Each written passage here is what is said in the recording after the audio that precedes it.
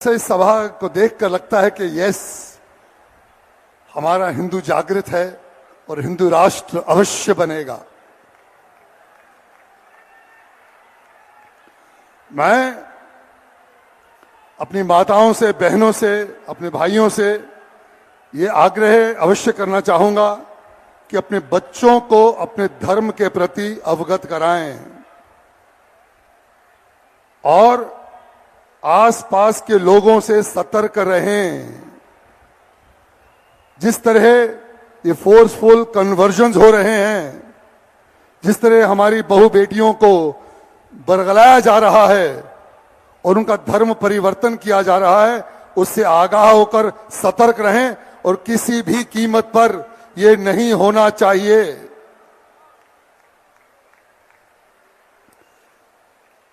और मैं समझता हूं कि शास्त्रों के साथ साथ शस्त्र विद्या भी आवश्यक होनी चाहिए। व्यायाम बहुत ही आवश्यक है।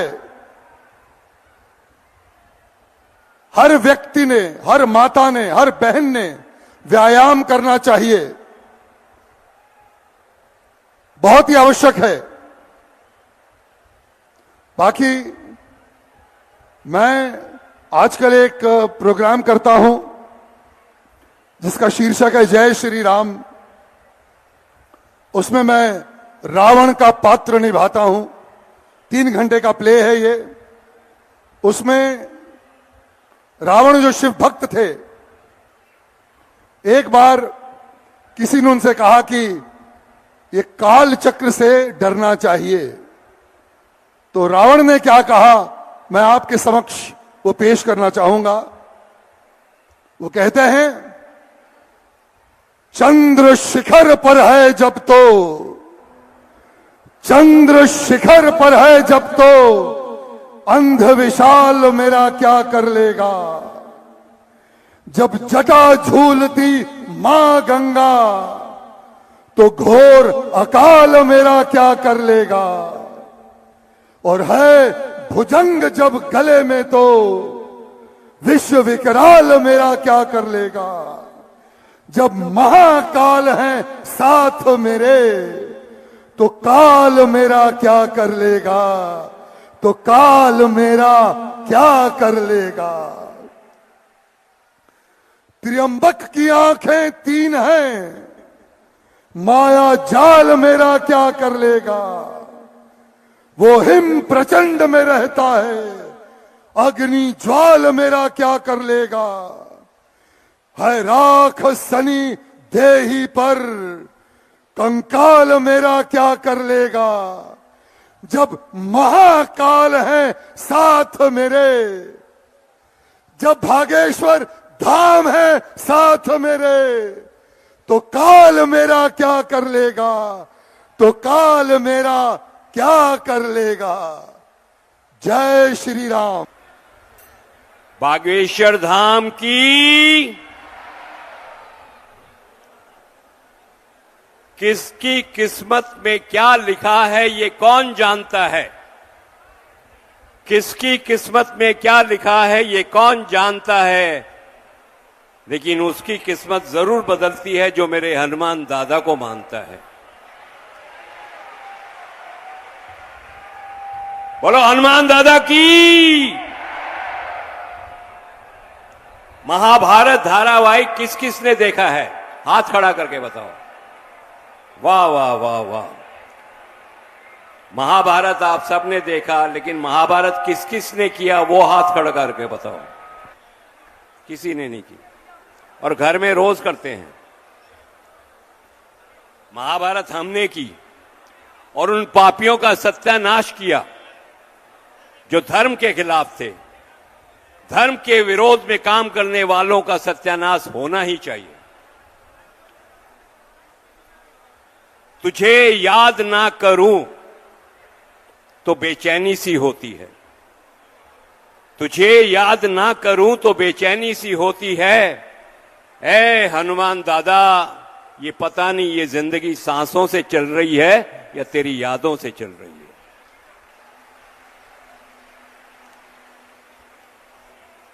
आपको महाभारत काल में लिए चलता हूं।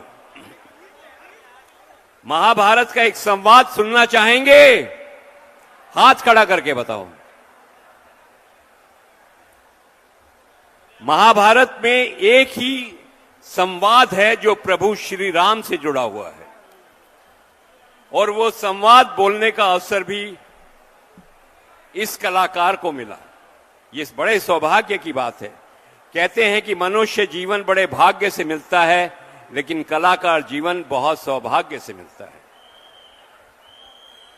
ये उस समय का है जब पांडवों की तैयारी हो रही है वनवास जाने की, और द्रौपदी पांचाली आकर मना कर देती है कि हम क्यों जाएं, हम नहीं जाएंगे। दुर्योधन क्यों ना जाए, कौरव क्यों ना जाएं, हम क्यों जाएं। उस समय पांचाली को समझाते हुए धर्मराज युधिष्ठिर ने ये संवाद बोले थे, वो मैं आपके सामने प्रस्तुत कर रहा हूं। श्री राम ये जानते थे पांचाली कि मृग सोने का नहीं होता, फिर भी वो उसके आखेट पर चले गए। तो क्या वो केवल लोभ था? क्या स्वयं सीता जी नहीं जानती थी कि स्वर्ण मृग चिकारे जैसा कोई पशु नहीं होता? जो होने वाला होता है पांचाली, वो हमारे कर्मों का परिणाम होता है। उसे ना तुम रोक सकती हो ना मैं, उसे ना भीम की गदा रोक सकती है ना अर्जुन के बाण। इसलिए यहां से चले चलो, क्योंकि ज्येष्ठ पिताश्री को प्रतीक्षा करवाना मर्यादा का उल्लंघन होगा। पांचाली चलो।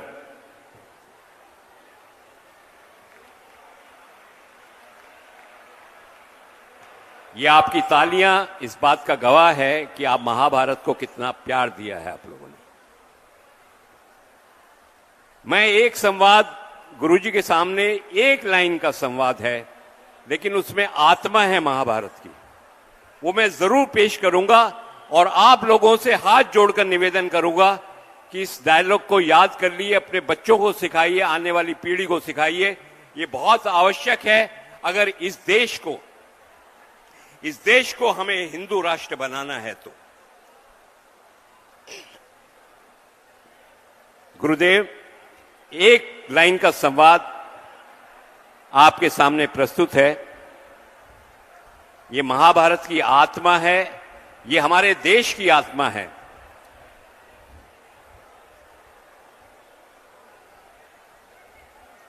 कोई भी पुत्र, कोई भी पिता, कोई भी परिवार, कोई भी परंपरा, कोई भी प्रतिज्ञा राष्ट्र से बड़ी नहीं हो सकती।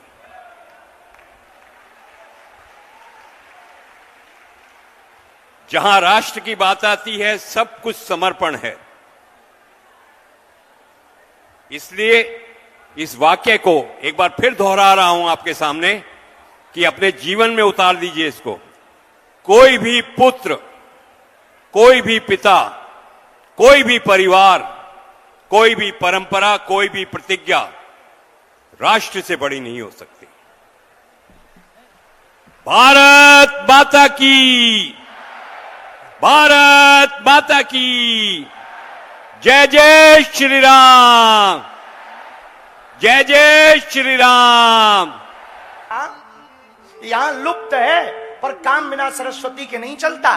जिभा पे सरस्वती ना बैठे तो बाबा जी भी फेल हैं। हाँ, सरस्वती का ही तो कमाल है। लोग कहते हैं सरस्वती लुप्त है। ना ना, लुप्त नहीं है। यहां प्रयागराज में यहां के वासियों को में लिप्त है, लुप्त नहीं है, लिप्त है।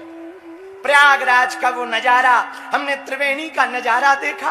प्रातः काल डुबकी लगाई संगम में, फिर प्लेटे हनुमान जी को प्रणाम, फिर अक्षय वट गए। वहां डिफेंस के कमांडर साहब ने एक एक चीज दिखाई, सरस्वती कुंड दिखाया, और वहां पर हमने ठाकुर जी के दर्शन किए, वो बटुक ठाकुर के दर्शन किए। करार विंदे न पदार विंदम मुखार विंदे विनिवेशयंतम वटस्य पत्रस्य फुटे शयानम बालम मुकुंदम मनसा स्मरामि। वो ठाकुर के दर्शन किए, जो पीपल के पत्ते में ठाकुर जी अपने पैर का अंगूठा लिए हुए। पूरी प्रकृति जब जलमय हो जाएगी, महासागर में समाहित हो जाएगी, नदियां अपनी सीमाएं तोड़ देंगी, सागर अपनी सीमाएं तोड़ देगा, जलमग्न पृथ्वी होगी, पूरा संसार जब जल से भर जाएगा, तब भी हमारे प्रयागराज का अक्षय वट कभी क्षय नहीं होगा, अक्षय रहेगा। इसलिए उसका नाम अक्षय है, अक्षय वट, जो कभी क्षय ना हो। अद्भुत दर्शन हमने वहां के भी किए।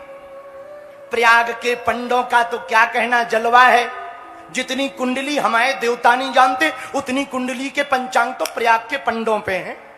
और बुरा ना मानो, एक बात और बोले, जितने भी देश में जन्म लिए हली उल्लाह वाले जितने मुसलमान हैं, उनसे कहेंगे प्रयाग में चेक करवा लो, तुम्हारा भी दादा दिनेश लाल ना निकले तो कहे ना। दिनेश लाल कहा, दिनेश निरहुआ ना कहा।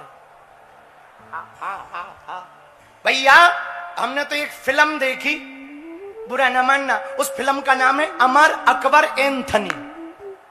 अमर मंदिर जाता, अकबर मस्जिद जाता, नमाज पढ़ता, एंथनी चर्च जाता, प्रेयर करता। लेकिन फिल्म का एंड बड़ा गजब का, तीनों का बाप कन्हैया लाल निकला।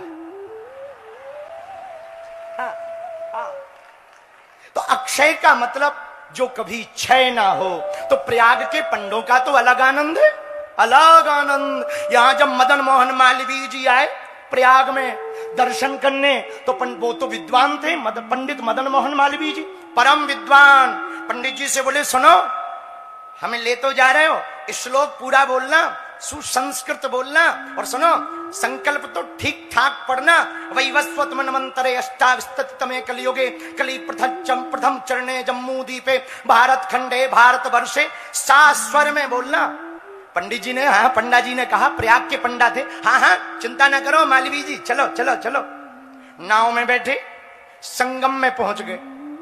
जैसे ही संगम में पहुंचे, तुरंत मालवीय जी, श्री पंडित मदन मोहन मालवीय जी बोले, सुनो पंडित जी याद है ना, संस्कृत बढ़िया बोलना, सास्वर बोलना, श्लोक पूरा बोलना, संकल्प पूरा बोलना। बोले बिल्कुल। बोले सुनो चूक नहीं होनी चाहिए, हम भी पंडित हैं। तो जो पंडा जी थे वो प्रयाग के थे। वो बोले मालवीय जी एक बात बताओ, आप खड़े कहां हो? बोले संगम में। बोले संगम में गंगा कहां है? बोले ये है। बोले यमुना कहां है? बोले ये है। और पंडित जी बोले, पंडा जी बोले अब बताओ सरस्वती कहां है? बोले वो तो गायब है। बोले जहां सरस्वती गायब हो वहां आप सास्वर की बात क्यों कर रहे हैं? यहां तो सरस्वती गायब है। मालवीय जी हंस गए, वाह अद्भुत है भैया, यहाँ के पंडों का इतिहास भी अद्भुत है। चटपटी का पंडा, ऊंचे टीले वाला पंडा, बड़े झंडे वाला पंडा, कोई इस जिला का कोई उस जिला का। पर प्रयाग वालों, इस बात से भी तुम एक बात मान करके जीना, 70% प्रयाग में स्नान करने के लिए हमारे बुंदेलखंड से ही आते हैं। हाँ ये भी मत भूल जाना। और हम पूरी दुनिया को कहेंगे जिंदा में प्रयागराज आ जाया करो, वरना 25 रुपया के मटका में आना पड़ेगा। तो चाहे अभी आ जाओ चाहे बाद में आ जाओ, प्रयाग तो आना पड़ेगा भैया। हमको तो प्रयागराज बहुत अद्भुत लगा, बहुत अद्भुत लगा। आज अद्भुत नजारा था। बोलो तीर्थराज प्रयाग की हरे हरे महादेव, हरे हरे महादेव। आज जब हम सुबह बैठे थे मेरे पागलों, तब हम सुंदर कांड पढ़ रहे थे, क्योंकि सुंदर कांड पर कथा हो रही ना। पढ़ते पढ़ते हमें एक शब्द मिला, उस शब्द को कहते हैं व्यर्थ। क्या कहते हैं? बोलो बोलो बोलो, अरे जरा जोर से बोलो। व्यर्थ। व्यर्थ का मतलब अंग्रेजी में कहते हैं वेस्टेज, जो खराब है। एक शब्द है व्यर्थ, एक शब्द और है अर्थ, एक शब्द और है परमार्थ। हाँ आपका परमार्थ। लेकिन एक शब्द पकड़ेंगे आज, व्यर्थ। ये व्यर्थ शब्द ना बड़ा काम का है, बहुत काम का है। पूछो कैसे? जिंदगी से व्यर्थ निकल जाए ना, जिंदगी खूबसूरत हो जाती है। पत्थर में मूर्ति होती, पर तब तक मूर्ति नहीं दिखती जब तक व्यर्थ हट नहीं जाता, और पत्थर से व्यर्थ हटा तो वो जो पत्थर कल तक पत्थर था वो मूर्ति बनकर के पूजने लगता है, क्योंकि व्यर्थ है। व्यर्थ गायब, अर्थ निकला। और कुछ लोग जिंदगी में व्यर्थ होते हैं, जो तुम्हें बेफिजूली में बोलेंगे, ताने देंगे, मनी मन बुदबुदाएंगे, उलाहना देंगे, तुम्हारे पीठ पीछे तुम्हारी बुराई करेंगे, हंसेंगे, उसको तुम व्यर्थ समझना। और मेरे पागलों, जो व्यर्थ को हटा देता ना, वही जीवन का सच्चा अर्थ जान पाता है। इसलिए सच्चा अर्थ समझना ना, व्यर्थ को जानो। किसी जगह एक घटना हुई, एक चील जिसने अंडे दिए थे अभी अभी उड़ती हुई जा रही थी।